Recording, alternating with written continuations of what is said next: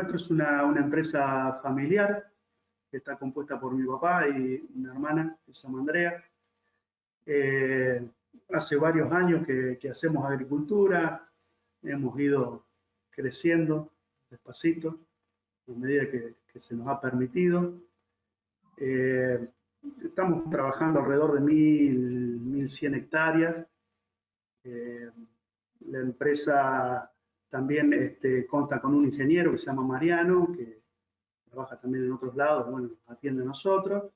Y después dentro del personal tenemos dos operarios, Jorge e Ignacio. Así está compuesta básicamente la empresa. Y bueno, Bien. ahora también con toda la gente de GeoAgro, con Dani, con Ale, con Georgina, que estamos en este nuevo emprendimiento. Bueno, básicamente hacemos solamente lo que es agricultura. Tratamos de mantener una rotación aquí en la zona de alrededor del 33% entre trigo, maíz, soja de primera, modificando a veces un poco las hectáreas de cada cosa de acuerdo al año y a las políticas económicas y a lo que mejor nos parezca, pero siempre tratando de no perder, de no salirnos mucho de la línea, siempre tratando de mantener al máximo posible todo eso. Bien. Lo que vemos acá en la imagen de arriba a la derecha es la ubicación de los establecimientos, ¿no? Sí, acá la zona nuestra es una zona que ha sido una zona tambera, donde los lotes son muy chicos. La media de los lotes debe andar en unas 30 hectáreas, si bien también tenemos lotes más grandes. Imagínense que para que tengan una idea, estamos en 1.100 hectáreas y son 32 lotes, una cosa así los que tenemos enumerados. Después, bueno, con respecto al equipamiento, tenemos una cosechadora case con mapeo, una sembradora variable que viene con 3 motores hidráulicos, uno para lo que es el fósforo, otro para lo que vendría a ser la urea y uno que maneja la semilla. Es una sembradora, para más o menos graficarlo, una sembradora que vendría a ser 2 sembradoras a 52, más o menos una enganchada atrás de la otra, para graficarla también. Hacemos todo con la misma sembradora, sembramos trigo a 26 centímetros entre líneas, la soja también, y bueno, lo que sea maíz, y cuando hacemos girasol lo hacemos así. ¿Por qué una empresa como la tuya decide introducir innovaciones en sus procesos productivos? Primero, nosotros lo vimos en algún momento como una forma de crecer en vez no se podía crecer en hectáreas en la zona, es muy complicado, los campos ya están todos tomados, nadie larga un campo, nadie lo deja, entonces tenés que correrte de zona para buscar otra zona o tenés que invertir en tecnología para mejorar y para producir un poco más. Nosotros vimos en la tecnología por ahí una de las formas de poder crecer, entonces despacito, cada vez que tuvimos que hacer alguna inversión económica en herramientas, en lo que fuere, lo analizamos de la mejor manera y comenzamos a comprar despacito tecnología. ¿Y cuándo y cómo iniciaron ese proceso? ¿Con qué proveedores? ¿Con qué tecnologías? ¿Cómo fueron las primeras experiencias, digamos?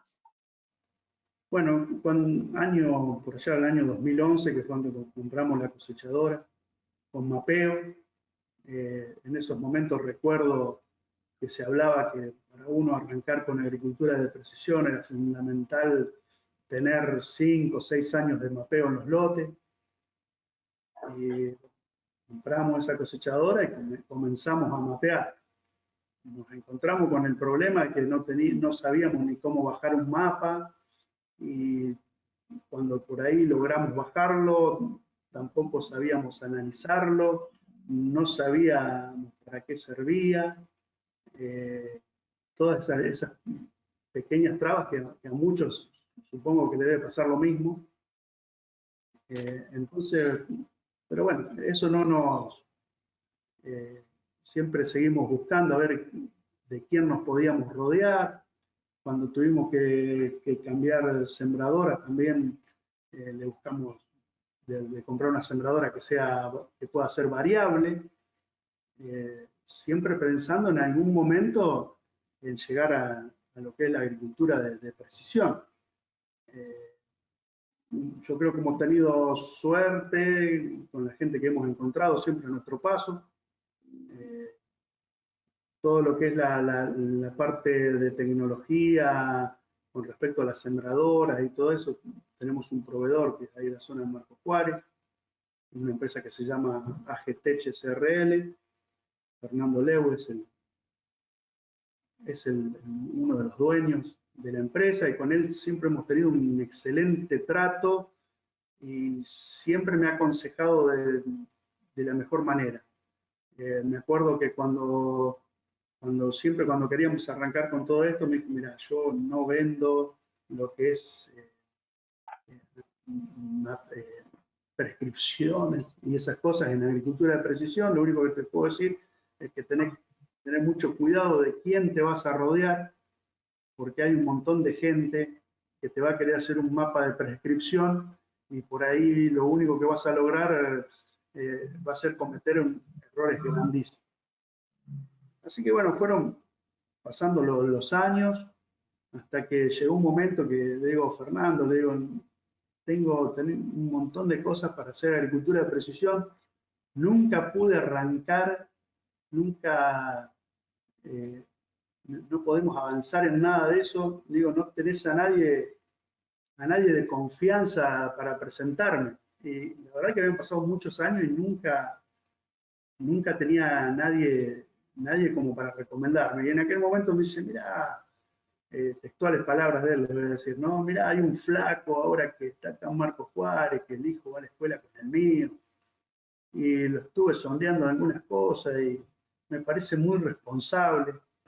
Es para recomendar, te lo voy a recomendar. Y ahí fue cuando me lo recomendó a Alejandro y comenzamos a charlar y bueno, pues terminamos arrancando con todo esto. Después no se puede parar, digo yo, cuando uno arma. Bien, ahí llegaste a GeoAgro entonces, ¿no? Ahí llegamos a GeoAgro, por intermedio de Alejandro Lee. Bien. Bueno, esto nos da pie para la siguiente pregunta, ¿no? ¿Qué era lo que propusimos como metas cuando empezamos a trabajar? ¿Qué tenías vos en mente? Nosotros siempre, las empresas familiares por ahí nos ha costado mucho llegar, cuesta muy caro equivocarse. Entonces uno antes de tomar una decisión analiza muchísimo las cosas porque la parte económica termina estando sobre todas las cosas en este país que nos toca vivir, que no es fácil por ahí producir, se hace difícil. Es muy complicado tener que equivocarse.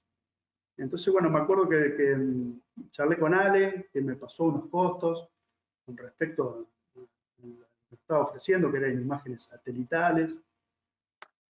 Lo charlé con mi familia, como charlamos todas las cosas cada vez que tenemos que tomar una decisión. Y me acuerdo que en aquel momento mi papá me dice, ¿y a vos te parece que esto es el camino correcto? Digo, mira, no sé si el camino es este correcto. Lo único que sé que hace un montón de años que venimos comprando tecnología y en algún momento con algo vamos a tener que empezar. Esta gente me la recomendó Fernando, que hace muchos años que trabaja con nosotros, así que vamos a empezar. Y bueno, así fue. Me tendré para adelante. Arrancamos y bueno, una vez que arrancamos, ya nos presentaron al resto del equipo, a Daniela y Georgina, y ya es como que no podés parar. Una vez que empezamos a ver el tema de las fotos satelitales, ya empezamos a charlar de otros temas y vas queriendo mejorar en todo. Y respecto a la dinámica de trabajo con GeoAgro. Bueno, la dinámica de trabajo, tenemos reuniones cada 15 días, más o menos aproximadamente, las vamos acomodando. de acuerdo a las cosas que tenga cada uno, a la época del año. Hay épocas del año que estamos más atareados que en otras.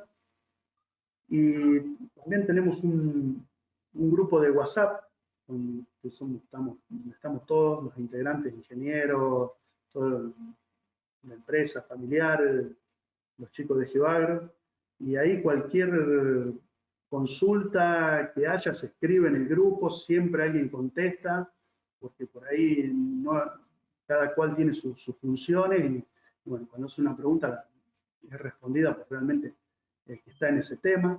La verdad que es una muy buena dinámica la que tenemos de trabajo, muy organizada, muy seria, y bueno, siempre analizando entre todos cuáles son las mejores medidas o los pasos a seguir. No es que uno propone algo y hay que hacerlo sí o sí a rajatabla. Cada cosa que decidimos hacer la analizamos, sacamos conclusiones entre todos y llegamos a la mejor opción, o por lo menos a lo que creemos entre todos que es la mejor opción. Si nos equivocamos todos. Yo, si querés, explico un poquito lo que estamos viendo acá en pantalla. Vos recién mencionaste algo de las funciones que tenía cada uno. Nosotros, lo que llamamos equipo del proyecto de innovación, está conformado por 4 figuras, digamos. La del coordinador general, que es quien se encarga de seguir la agenda, de pactar las reuniones, de estar ahí al pie del cañón en los momentos críticos. En este caso lo ocupó Georgina, este rol, de Geoagro Central, acá en Rosario.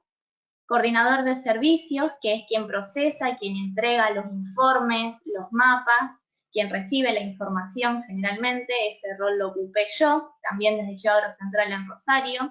El socio regional, en este caso Ale Lingua, que acompaña los procesos a campo, quien soluciona los problemas, por ejemplo, de carga de prescripciones, está siempre ahí en la zona, es quien se acerca al cliente.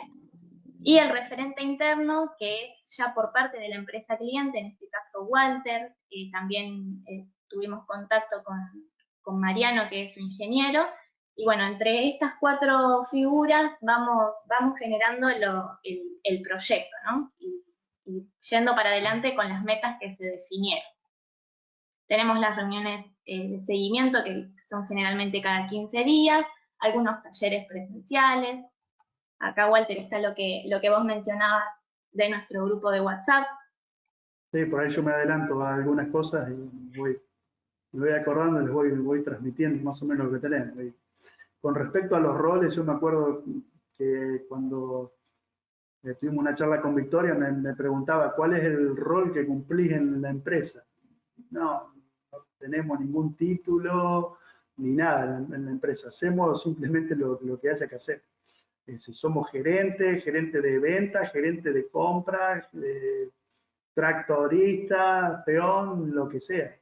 Nosotros básicamente, las empresas familiares, por ahí funcionan un poco de esa manera. Hacemos un poco de todo. No tenemos un título específico, por eso por ahí me cuesta por ahí explicar un poquito lo que vos estabas explicando, Dani. Ajá, bien. Perdón, Dani. Si alguien me mencionó, Walter, voy a agregar un elemento a esta reflexión. Mucho más allá, y al igual que en cualquier estructura de una empresa grande, que la innovación tiene que estar en la cabeza de alguien y alguien que la lidere, mucho más allá de la escala o de las dimensiones de la empresa, si es una empresa familiar o lo que sea, siempre tiene que haber alguien que empuje, y eso es, digamos, uno de las claves de que los proyectos de innovación avancen.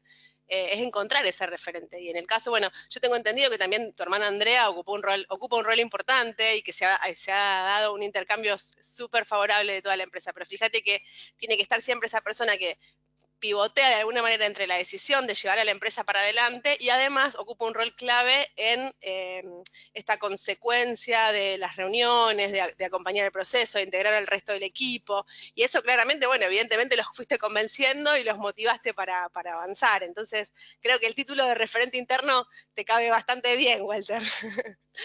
Yo simplemente quiero agregar que no creo que yo haya convencido a nadie, simplemente, bueno, era una idea que yo tenía en la cabeza, esto de la agricultura de precisión, y cuando arrancamos, todos todos nos compenetramos a pleno con esto. O sea, que sé que es algo que nos cayó bien, que nos gustó. Mi hermana, sí, con todo el tema de pasar la información por pendrive, de los mapas de siembra, los mapas de cosecha, de intercambiar con Dani, que por ahí le pasa las prescripciones, cargan en los pendrive, bueno, muy aprendiendo. Y también los chicos, los operarios, que están muy entusiasmados con todo esto y que quieren aprender, por más que, bueno, como en toda cosa, algunos traspiés siempre hay, hemos tenido idas y vueltas con algún PEN, porque las primeras prescripciones por ahí no estaban bien hechas, pero no cargadas de la manera que había que cargarlas en el pendrive. Así que no, por suerte, yo no puedo decir que obligué a nadie a hacer esto, ni que fue el artífice de que todos se enganchen. Yo simplemente, bueno, llegamos a arrancar con esto y solo todos nos fuimos enganchando cada vez más. Justo acá en el chat que pusimos se ve el rol de Andrea asegurándose de que nos llegue la información en tiempo y forma, que no es algo menor, porque suele renegarse bastante con eso. Así que Andrea nos garantizaba que la información la íbamos a recibir completa y a tiempo. Exacto. Bien. Bueno, y ahora si querés pasamos a que nos expliques las aplicaciones de las nuevas tecnologías. ¿Cómo fuimos aplicando las nuevas tecnologías etapa por etapa? Bueno, perfecto, voy a tratar más o menos de graficar. Primero voy a hacer una pequeña reseña que cuando nosotros arrancamos a comprar tecnología para llegar a todo este tema de la agricultura de precisión, una de las ideas que daba vuelta por mi cabeza era que quería hacer, por ejemplo, rendir todo el lote como la mejor parte del lote como lo que más me rendía. Bueno, después fueron pasando los años y cuando arrancamos con todo este tema de las fotos satelitales, el paso siguiente fue mediante los índices de NDVI, tratar de generar dos ambientes dentro de un lote. Hay lotes que acá en la zona son bastante parejos y por ahí no hay dos ambientes, pero debe estar un 50 y un 50% de los lotes con dos ambientes. Una vez que logramos que Ale logró fijarlos a los ambientes de acuerdo a la productividad, el índice de NDVI, los mapas de esos los corroboramos con los mapas de rinde, por ahí con el conocimiento que nosotros teníamos de cada lote, porque de ahí como toda cosa nueva, te parece extraño que venga alguien y que te diga de un lote que vos hace 30 años que estás arriba o más, que te diga, mirá, este lote pasa esto y esto con una imagen de NDVI. A uno le cuesta creer eso.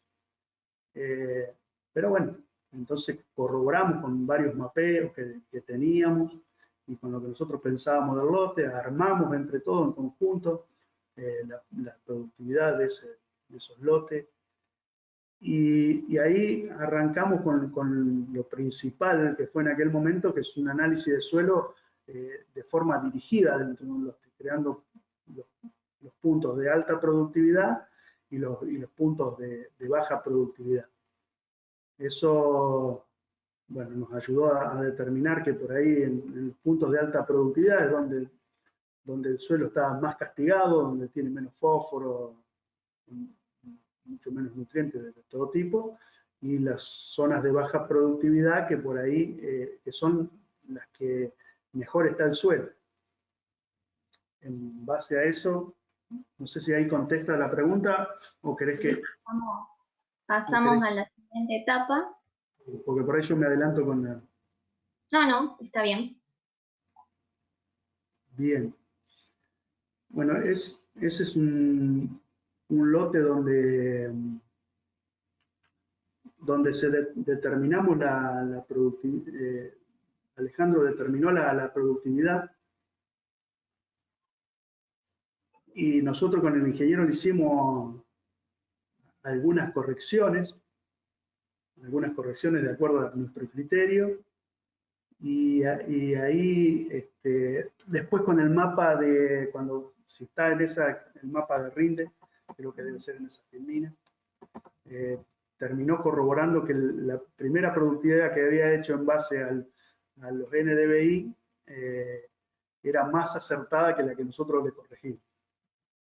Esa es una de las cosas que vemos ahí. Eso son siembras, ahí arrancamos con las siembras también variables en ese lote. Yo creo que ese lote teníamos 3 densidades diferentes en semillas de maíz y 2 densidades en fósforo y 2 densidades en urea. Y en la refertilización lo mismo. Corregime, Ale, si me está faltando algo. No, está bien, Walter. Estaría bueno acá resaltar qué es el mapa de productividad. Cuando nosotros fuimos a este lote, a diferencia de los lotes tuyos, Sí. No teníamos ningún tipo de información. En el tuyo, cuando arrancamos, habíamos podido rescatar 1 o 2 mapas de campañas anteriores y nos ayudó a entender un poco el comportamiento, ver los rendimientos en las mejores zonas, tomar valores objetivos. Acá no teníamos nada. Entonces arrancamos con el mapa de productividad. Que no había mucha diferencia, hicimos 2 propuestas. Vos vas a decir que como que fue una apuesta, uno elegía uno el otro, pero siempre, digamos, tratamos de ponernos de acuerdo en lo que es el inicio, ¿no? El mapa de productividad para este tipo de casos donde no tenemos ninguna posibilidad de contar con información que nos ayude a ambientar, creo que es una pieza fundamental como para hacer un inicio y poder arrancar con la propuesta de ambientar los lotes. Quería resaltar esto en esta etapa, que más allá de un mapa o el otro, nos sirvió como puntapié inicial al inicio de todo el ciclo de la implementación. Uno como conclusión de todo esto, uno llega a que perfectamente se puede hacer una ambientación con los mapas de NDVI. Después lo que tiene de bueno el mapeo de la cosechadora es que te ayuda para certificar todas esas cosas. Bien, y acá también se pudo evaluar el control de la siembra. Nos aseguramos de que en cada una de las zonas efectivamente se haya alcanzado la densidad de semilla que se asignó en la prescripción. Eso también es importante. Sí, la verdad que bueno, uno por ahí pasa por alto esas cosas, pero realmente es increíble cómo copia la sembradora la prescripción. Ahí está plasmada en los mapas de siembra, en todos esos reportes, pero cuando uno está arriba del tractor, yo por ahí tengo la oportunidad de andar arriba del tractor sembrando y viendo cómo con el monitor va cambiando, cuando entra de una zona a la otra es prácticamente perfecto. Es un trabajo, la verdad que muy lindo.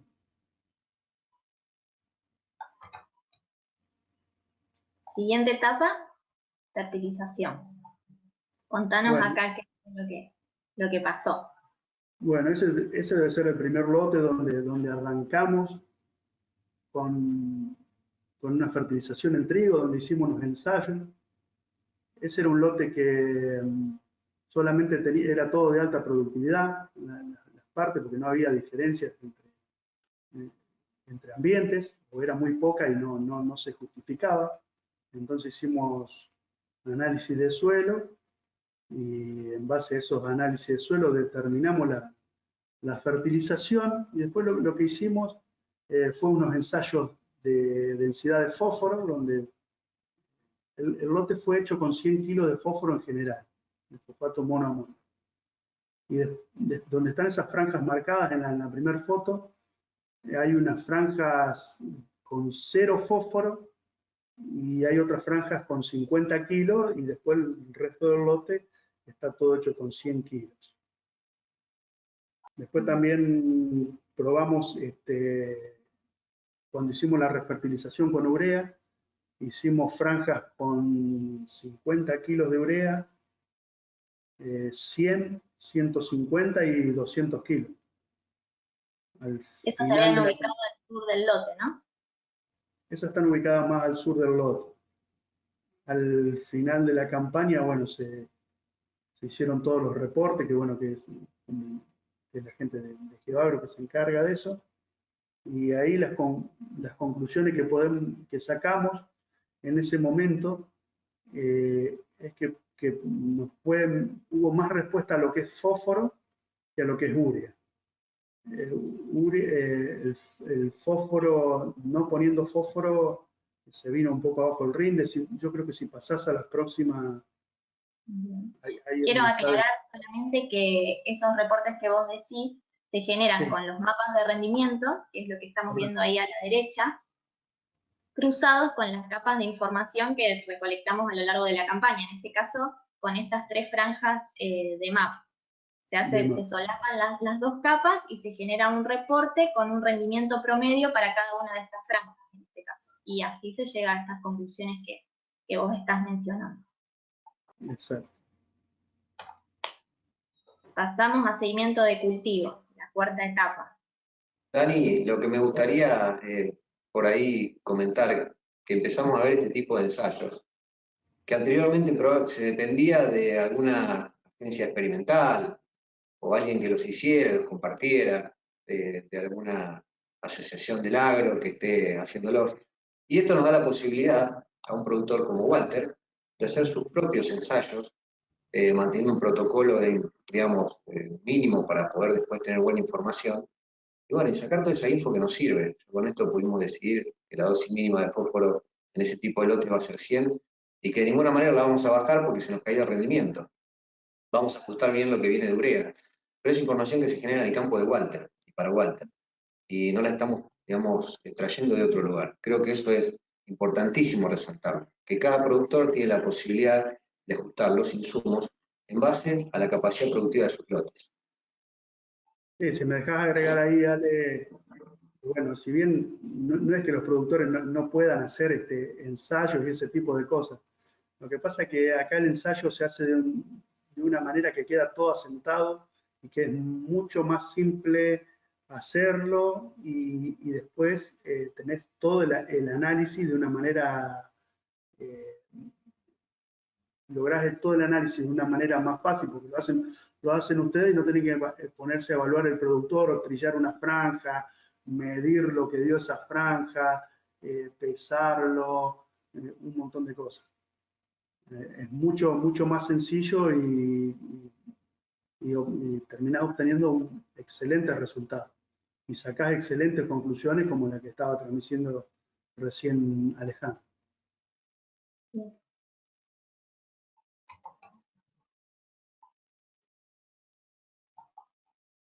Seguimiento de cultivo.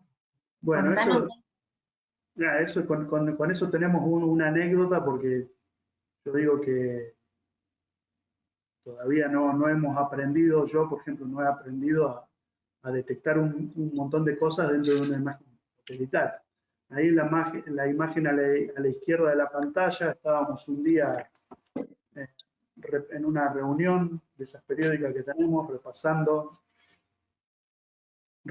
los índices de NDVI y cuando llegamos a ese lote, yo exactamente no veía nada y dice Ale, hay un efecto de deriva en ese lote, que está ubicado en la parte norte del lote, noreste, digamos, del lote.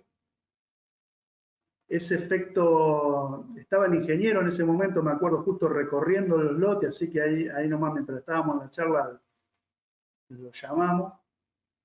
Lo llamo al ingeniero y le digo, mirá, fíjate que estamos acá con la imagen satelital y Alejandro me dice que hay un efecto de deriva en tal y tal lugar. Y bueno, fue el ingeniero a corroborar y efectivamente el vecino había pulverizado un rastrojo de trigo y había utilizado paraquat y estaba el efecto de deriva. Después lo analizamos y llegamos a la conclusión de que no nos iba a afectar en el rinde en ese momento, así que simplemente llamamos al productor vecino para hacerle saber lo que había sucedido y que para la próxima, bueno, tengan un poco más de cuidado. Bien. De todas maneras, si uno quisiera o el efecto hubiese sido negativo, al final de la campaña también lo hubiésemos podido medir. Inclusive ahí en la foto de al lado me gustaría por ahí que Ale por ahí explique un poco más, que vean la cantidad de hectáreas que fueron afectadas y todo, un montón de información. Y si hubiésemos llegado a la cosecha, que también repasamos esos mapas y no vimos nada raro de que nos haya tirado el rinde abajo en esa parte afectada. Si querés, Ale, explica un poquito mejor, más técnico. En realidad, cuando vimos el mapa de rendimiento, pudimos analizarlo y no había ningún efecto. Podía notarse algo muy leve, pero muy junto ahí al sector norte que, digamos, se define no hacer nada. Y como le dije a Walter, nosotros estamos como condicionados porque lo vimos y estamos tratando de buscar algún efecto ahí, pero la verdad que en el mapa de rendimiento no se veía nada, no hubo merma en el rinde producto de esa deriva. De todas maneras, ahí se muestra también el gráfico que dice zonas, NDVI, es la clasificación de esa imagen y se puede llegar al dato de superficie afectada, en este caso por deriva, que es lo que se ve en naranjita, más o menos 20 hectáreas. Exacto. Si bien no tuvo después impacto en el rendimiento. Así es, nos enfocamos en esas 20 hectáreas y no, la verdad es que el comportamiento de rinde fue normal. Exacto, correcto. Llegamos a la etapa de pre-cosecha. Bueno, en la etapa de pre-cosecha, bueno, te permite, de acuerdo a las fotos de NDVI, detectar a ver cuáles son los lotes que están más secos y que se podría comenzar a cosechar primero. En este caso son lotes con maíz y bueno, realmente después de ver la foto y ser ese lote que parecía más seco, uno va y saca muestras de un lote de otro y termina corroborando que sí, que realmente ese era el lote por donde después terminamos arrancando la cosecha. En el caso nuestro, los lotes están todos bastante cerca unos de otros y por ahí uno los recorre más fácilmente, pero gente por ahí que los tenga lejos o que estén en otra zona es algo que también los puede ayudar muchísimo. Acá el gráfico lo que muestra es que para la fecha del 1 de febrero, el lote 7 era el que tenía el índice verde más bajo. Y el lote 6 el que tenía el índice verde más alto. Y ese fue el orden en el que cosechaste esos lotes. Exactamente. Ese fue el orden de cosecha. Bien.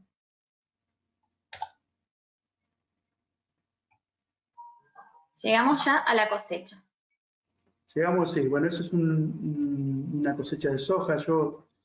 Me pareció importante poner ese mapa de rinde, el que está a la izquierda, un mapa de rendimiento de la cosechadora. Ese, como si ustedes pueden observar, está cosechado de norte a sur, de manera al cejo, digamos. Ese lote, si uno lo ve así y quiere hacer una productividad con ese mapeo, puede cometer un grave error, porque ahí lo que hay, en definitiva, son dos variedades de soja. Una que se comportó mucho mejor este año que la otra y hace la diferencia de rinde y marca la diferencia de colores en el mapeo. Yo ahí eso decidí ponerlo por una cuestión, para mostrar que realmente la cosechadora, cuando están bien calibradas, los mapeos son muy importantes y nos ayudan un montón, son de mucha confianza. Y otra, para volver un poquitito al principio, cuando me decían nunca permitas que venga alguien de afuera y te haga un mapa de una prescripción para sembrar un lote de acuerdo a un mapeo de la cosechadora. si nosotros iríamos ahí y hacemos una producción en ese lote y hacemos muestra de suelo en la parte donde más rindió y le ponemos alta producción, y la parte donde menos rindió y le ponemos baja producción, seguro que lo que nos vamos a encontrar es con que no hay ninguna diferencia en el suelo. Ahí la diferencia fue producida por dos variedades diferentes. Por eso yo me permití poner esa filmina, esa foto del mapa de rinde. Está excelente este ejemplo.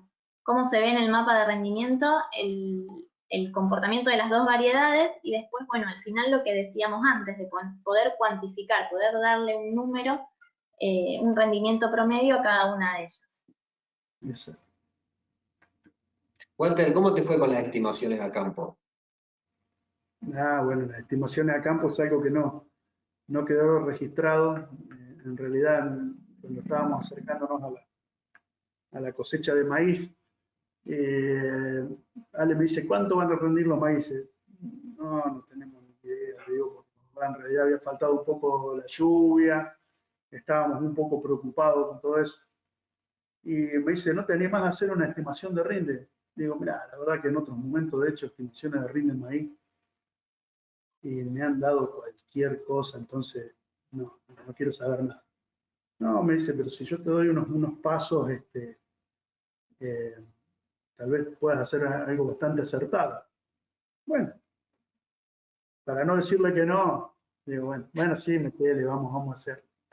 Buscó, me acuerdo en aquel momento, una foto satelital de la época de floración, más o menos, y de acuerdo al índice verde, me dice, mira, no hay que irse ni a la mejor parte ni a la peor parte, hay que buscar una parte intermedia del lote, que la marcó en la foto de NDVI. Eso yo la bajé al teléfono y me fui con eso al campo. Busqué medianamente el punto que habíamos marcado y ahí hicimos una medición con los pasos que me había dado Ale para que siga. Y realmente yo creo que, no sé, si había, después cuando cosechamos 200, 300 kilos de diferencia de la estimación que habíamos hecho en el promedio del lote. Yo la verdad que lo hice y como me dio bastante alto, dije, no puede ser, esto está equivocado, pero bueno, igual se lo transmití a Alejandro. No creo que lleguemos a eso, la estimación de rinde me da esto, pero no lo vamos a tomar en cuenta. Y después, bueno, realmente cuando entramos a cosechar, vimos que sí, que la estimación de rinde estaba bien cerca de la realidad. Así que es otra de las cosas para tener en cuenta, que haciéndola bien se puede determinar, antes de trillar un lote, se puede determinar el rinde para aquel que lo necesite o para hacer una venta, como hay tanta volatilidad en los mercados por ahí, en este país, o para ayudarnos a tomar una decisión si uno tiene que comprar algo, o cómo va a seguir, o simplemente saber, bueno, dónde estamos parados, bueno, va a ir bien, va a ir mal. Así que esa es la anécdota que tenemos, pero no quedó asentado en ningún lado. Bueno, ya sabemos que en la nueva campaña le vamos a poner foco a las estimaciones.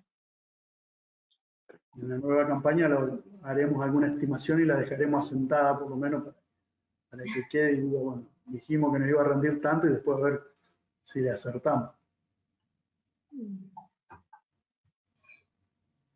Bueno, y finalmente, análisis de campaña. Bueno, ese análisis de campaña, ese es un lote donde también hicimos, primero se determinaron las altas productividades y las bajas productividades, se sacaron las muestras de suelo y en base a eso definimos la siembra de maíz, donde en las partes de alta productividad, que eran las partes más altas del lote, le pusimos una X cantidad de densidad, bajamos la densidad en la parte más de baja productividad, lo mismo con el fósforo y la urea, y lo mismo con la urea en la refertilización. y después, bueno, al final del análisis, o sea, cuando hicimos la cosecha, el año fue un poco seco y se terminó invirtiendo la situación. Por ahí en las partes más bajas, donde eran corridas de agua o pequeños bajos, terminó rindiendo más el maíz que en las partes de alta producción. Con eso, por ahí queríamos llegar a la conclusión de cómo vamos a ajustar para los próximos años el tema de la densidad del maíz. Sabemos que por ahí no nos podemos jugar tanto y también sabemos que por ahí poniendo un poco menos de semilla, si el año viene llovedor, no se nos va a caer tanto el rinde, y si viene un poco más seco, vamos a zafar también más, no se nos va a caer tanto. Por ahí Ale puede explicar mejor eso, que es más técnico que yo, pero esa fue medianamente la conclusión, a grosso modo, que llegamos en ese lote. Está perfecto, Walter. En este caso, tras hacer el mapa de productividad, validamos con el muestreo de suelo, vimos las mejores zonas en el mapa de productividad con menos fósforo, entonces le dimos esa caracterización de que en esos sectores rendía más históricamente, inclusive teníamos algunos mapas de rendimiento que mostraban mayor rendimiento en la loma, pero bueno, fuimos por ahí un poco, no digo ambiciosos, pero desmedidos en la densidad, y con un poco seco que se puso el año, nos termina revirtiendo el ambiente. Entonces, ¿qué aprendimos de acá? Es que probablemente pueda ser un lote que se lo siembre fijo en densidad y se le potencie los ambientes con fósforo y urea, o bien mantener la relación que estamos usando hoy de menor digamos, menor densidad en la baja productividad, bien escalada. Es decir, bueno, bajamos 10.000 semillas en los dos ambientes y seguimos manteniendo la relación. Nos aseguramos que el bajo, la zona menos productiva, va a seguir rindiendo bien, y en un año, como dice Walter, de una expectativa hídrica media complicada, no vamos a complicar el ambiente con alta densidad. Y sí dejamos una densidad, que en el caso de que se revierte y que el año sea bueno, acompañada con el fósforo y el nitrógeno, alcancemos rendimientos digamos, mucho mejores. Así que todo esto nos enseñó ese lote. Excelente. Otra pregunta. ¿Qué vínculo debe haber entre tecnologías y personas según tu experiencia y tu visión? Ya habiendo repasado todas las etapas del ciclo productivo, ahora Walter, si nos podés responder esta pregunta. Bueno, vamos a tratar por lo menos. Bueno, las tecnologías son muy buenas, yo creo que todas funcionan. Y entonces las personas que decidan usar todo este tipo de tecnologías tienen que estar convencidas de lo que quieren hacer y a dónde quieren llegar. Tienen que estar convencidas de que la tecnología los va a ayudar. Y también tienen que tener cuidado yo siempre digo, de la gente por ahí que se rodea, porque la tecnología te puede ayudar o te puede hundir. Por todo lo que estábamos viendo, los mapeos, las productividades, un montón de cosas. O sea que yo entiendo que hay que ver siempre de quién uno se rodea para aplicar las tecnologías. Así que me refiero con eso a que hay que buscar una ayuda profesional y sobre todo que sea seria, porque por ahí profesionales hay muchos, hay quienes son serios y hay otros que por ahí no lo son tanto. Yo creo que por ahí pasó, por ejemplo, para mí, todo este tema de la tecnología, que siempre fuimos adquiriendo la tecnología y de pronto no encontrábamos la persona indicada que nos ayude a aplicar toda esa tecnología. Básicamente es eso. No sé si respondo ahí a tu pregunta. Tenemos otra. ¿Qué aportes hace la innovación al negocio de tu empresa? ¿Y cuáles son las que vos esperás que haga? Bueno, sí, uno siempre lo que espera, voy a empezar por la segunda, uno lo que siempre lo que espera es un rédito económico, siempre estamos detrás de la plata, creo que como todos, buscando mejorar y ganar un poco más de plata. No, ¿será que está un poquito lenta la conexión? ¿Me escuchan bien? Sí, sí, sí. Sí, igual. Así que bueno, el aporte económico es lo que uno primero espera. Y después cuando uno comienza a adoptar toda esta tecnología, que te da la posibilidad de mejorar en un montón de cosas. Ya sea con los análisis de suelo, con todo ese tipo de cosas y otras cosas que uno va aprendiendo. Así que el aporte que uno espera que le haga a la empresa todo esto es que podamos seguir creciendo, de poder evaluar que las cosas que estamos haciendo sean las correctas, que esto nos permite evaluar un montón de cosas, y obviamente que nos vamos a equivocar en cosas, pero lo importante es que cuando nos equivoquemos en algo, le busquemos la vuelta, seguro se la vamos a encontrar y podamos mejorar. El tema es que tenemos que seguir a través de los años y yo creo que hay que seguir mejorando porque la tecnología es algo que está, algo que se vino, que se instaló entre todos nosotros. Depende de nosotros si la vamos a usar y poder sacar un provecho o si nos puede traer algunos problemas. Yo entiendo que usarla hay que usar y hay que tratar de equivocarse, como decía, lo menos posible, pero es algo que te va a ayudar. El que no la use va a quedar relegado en el tiempo.